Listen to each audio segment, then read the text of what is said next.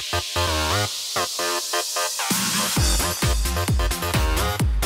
guys, I'm Kranti Sambu. Welcome to Times Drive. Today we are on a go-kart track और इस track के ऊपर हम भगाने वाले हैं एक इलेक्ट्रिक बाइक। आप सोचेंगे कि इलेक्ट्रिक बाइक go-kart ट्रैक पर क्यों? क्योंकि आज है हमारे पास रिवोल्ट की RV400। आखिरकार आपके सभी सवालों के जवाब हम आज की स्टोरी में आप दे पाएंगे।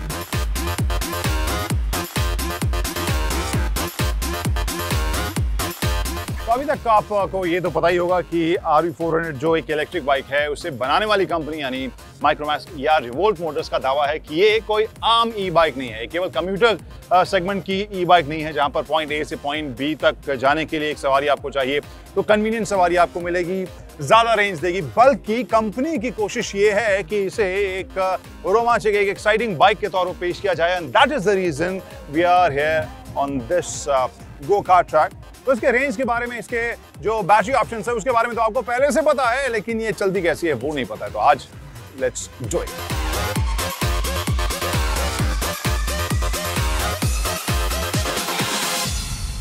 So before we start talking about the ride of this bike, let's talk about this bike itself। जहां इसके सबसे पहले जिस फीचर के ऊपर मैं आपकी नजर डलवाना चाहूंगा that is the riding mode. यहाँ 1, 2 और 3 मोड है। फर्स्ट इस वेरी इकोनॉमिकल राइडिंग मोड जिसमें कि जो वन चार्ज में जो रेंज है दैट इज़ अराउंड 160 किलोमीटर। वहीं जो सेकंड है उसमें उससे ज़्यादा आपको थोड़ी सी ताकत मिलेगी लेकिन रेंज आपका कम हो जाएगा। वहीं थर्ड मोड है, वहाँ पर जो रेंज है वो 85 किलोमीटर पर चार्ज तक आ जाएगा आपका, जो तेज़ तर्रार वाला मोड है। तो ये राइडिंग मोड है इसके।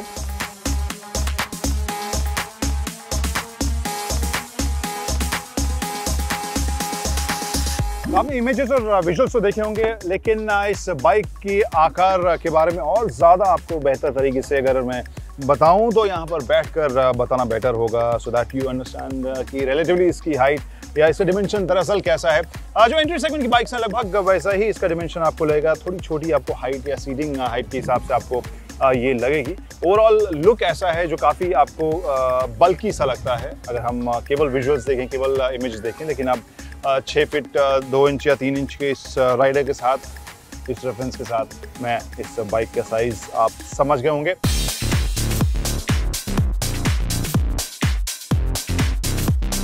लुक्स की बात करें तो पहली चीज़ या पहला एलिमेंट जो मुझे काफ़ी इंटरेस्टिंग लगा इसके लुक में दैट इज़ दिस हेडलैम्प। और ये पूरा LED यूनिट ही है। अगर हम लाइटिंग की बात करें, हेडलैम्प, टेल लैम्प सब जगह LED है सो दैट एनर्जी एफिशिएंसी इसकी और ज़्यादा बेटर हो। आफ्टर ऑल बैटरी से बाइक चलने वाली है, उसके हिसाब से अगर हम देखें बहुत ज़्यादा बल्क्ड अप या फिर जिसे हम कहेंगे कि माचो या बहुत ज़्यादा स्पोर्टी एक्स्ट्रा पैनल्स के साथ वो देखने को नहीं मिलती है।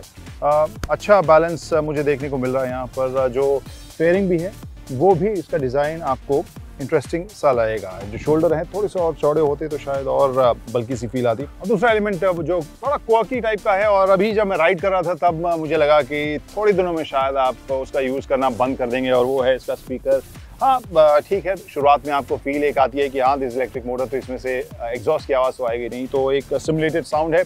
लेकिन जब मैं राइड कर रहा था after few lapse I just switch it of. वो साउंड मुझे बहुत मज़ेदार नहीं लग रहा था। जो एक नए तरह की फीलिंग थी इसको राइड करने में, उसके साथ वो मेरे ख्याल से जम नहीं रहा था। But anyway we will talk about the ride as well. लेकिन उससे पहले एक और एलिमेंट है जिसके बारे में हम जरूर बात करना चाहेंगे, that is the charging aspect of this bike. और जो इसकी बैटरी है उसके बारे में 3 किलोवाट की बैटरी है और जो इसका पीक पावर है 4 किलोवाट तक जाता है, और इसी वजह से इसका नाम है RV400 क्योंकि वो ताकत उतनी तक जा सकती है। और एक जो फिगर मुझे मिल रहा था वो उसके हिसाब से हमने पूछा कि आखिर ये बेल्ट ड्रिवन क्यों है। अगर हम इस बाइक की बात करें, इसमें चेन नहीं है, बेल्ट लगा हुआ है, तो उसकी वजह दरअसल ये है कि जो इलेक्ट्रिक मोटर है वो टॉर्क काफ़ी जनरेट करता है और पिछले पहिए तक उस टॉर्क को पहुंचाने के लिए एक एफिशिएंट और रिलायबल और लॉन्ग लास्टिंग अगर तरीका है तो आपको बेल्ट ड्रिवन तरीका बेटर होगा। That is the reason they have used this belt drive bike. और वहाँ आपको ये भी बताएं कि 160 न्यूटन तक का टॉर्क पिछले पहिए के ऊपर जाता है। दैट मीन्स काफ़ी पुल है जो इस मोटर से जनरेट होता है, that is why that drive. अब इसके हम फिट और फिनिश की अगर बात करें तो वहाँ पर इंटरेस्टिंग मुझे लग रहा है जिस तरीके के इसके पैनल हैं, बहुत ज़्यादा इसमें इससे आपको देखने को नहीं मिलेंगे, बहुत सारे एलिमेंट्स नहीं हैं, लेकिन जो भी है वो साफ़ सुथरे फिनिश जो यहाँ देखने को मिल रहे हैं। वेल्डिंग की भी बात करें और जो ओवरऑल फिनिश है, आई लाइक इट। यहाँ सस्पेंशन अगर आप देखें, मोनोशॉक पीछे दिया गया है। और अब हम दिखाते हैं, यहाँ ही वो चाबी है जिससे हम बात कर सकते हैं इसकी बैटरी के बारे में। बिकॉज एज वी नो, यहाँ ईवीज़ में सबसे बड़ा जो टेंशन होता है दैट इज़ रेंज एंग्जाइटी, यानी क्या ये बाइक पूरा चल पाएगी कि नहीं, कहीं बीच रास्ते में बंद तो नहीं हो जाएगी। तो इस वजह से चार्जिंग के 3 ऑप्शन कंपनी ने दिए हैं। पहला ऑप्शन तो यहाँ पर है, जहाँ पर आप सीधे प्लग लगाकर अपने गराज या घर के बाहर इसे चार्ज कर सकते हैं। एक तरीका वो है। दूसरा तरीका है जो हम बता रहे थे, यहाँ से चाबी आप लगाइए। थोड़ा सा स्टोरेज स्पेस भी यहाँ देखने को मिल रहा है, इंटरेस्टिंग है। यहाँ पर मोबाइल तो आप रख ही सकते हैं। इसे हम हटाते हैं और ये रही बैटरी। इसका वज़न है 18 किलो और 18 केजी की इस बैटरी को आप निकाल कर, अगर आप बहुमंजिला इमारत में, मल्टी स्टोरेज में रह रहे हैं and you don't have plug point जहाँ पर आप बाइक पार्क करते हैं, then you can carry this battery.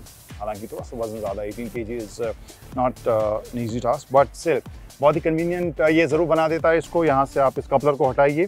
Plus एक और सेफ्टी मेजर यहाँ दिया गया है और वो ये है कि इसे भी लॉक किया गया, यानी even if you manage to open this, battery निकालना बहुत आसान नहीं होगा। Because first you have to open from here and then there is one lock over here.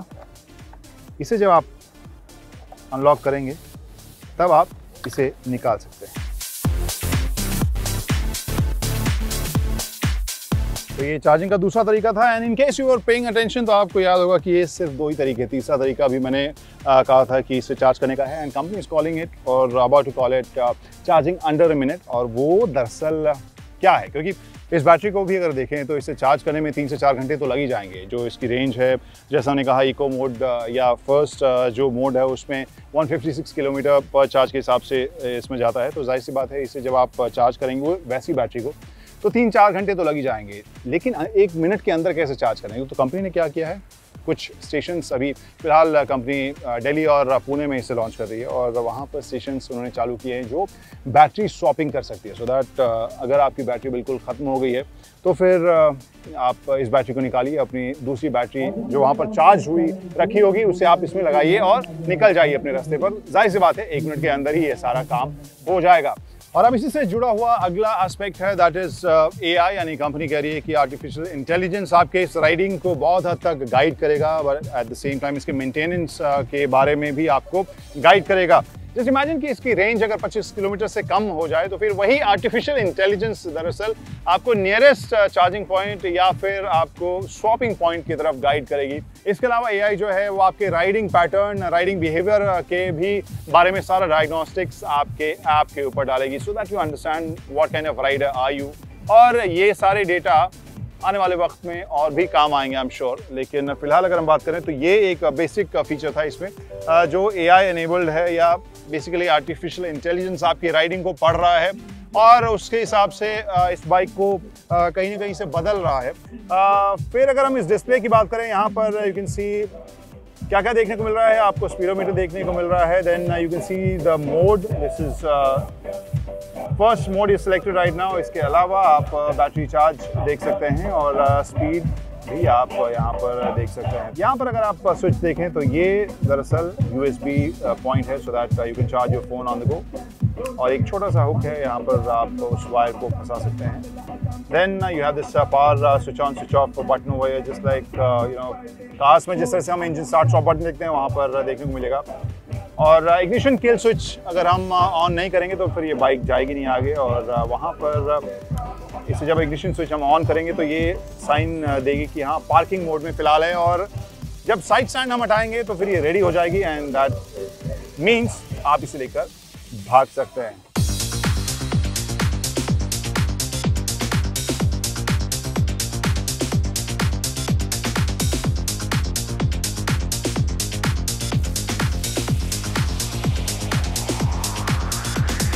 इन दोनों पहियों में डिस्क ब्रेक लगा हुआ है और साथ में रीजनरेटिव ब्रेकिंग भी है, so that whenever you brake वो आपको एक हद तक बैटरी में एनर्जी कंजर्व करती है या रिचार्ज करने में मदद करती है। Not that figure is like huge, but 1 से 2% in the longer range, overall range की अगर बात करें तो फिर ये बैटरी चार्ज करने में मदद करती है। You must be waiting for the riding experience. वहाँ पर कैसा महसूस मैंने किया? You must be wanting to know that. Now I can talk about that because इसके सारे फीचर्स बाकी हमने बता दिए हैं और अब बात करते हैं इसकी राइडिंग की। सबसे पहली चीज़ इम्प्रेसिव, गो कार ट्रैक पर जिस तरह की मस्ती और जिस तरह की मौज आप किसी व्हीकल के साथ, गो कार्ट के साथ कर सकते हैं, वैसे ही मस्ती इस बाइक के साथ हमने की है। और इसकी हाइट भले ही छोटी हो, पावर वैसा फिगर ना हो जो कि एक स्पोर्ट्स बाइक का होता है, लेकिन जो इलेक्ट्रिक मोटर की इंस्टेंट टॉर्क डिलीवरी की जो बात होती है उसका एक अलग ही एक्सपीरियंस होता है।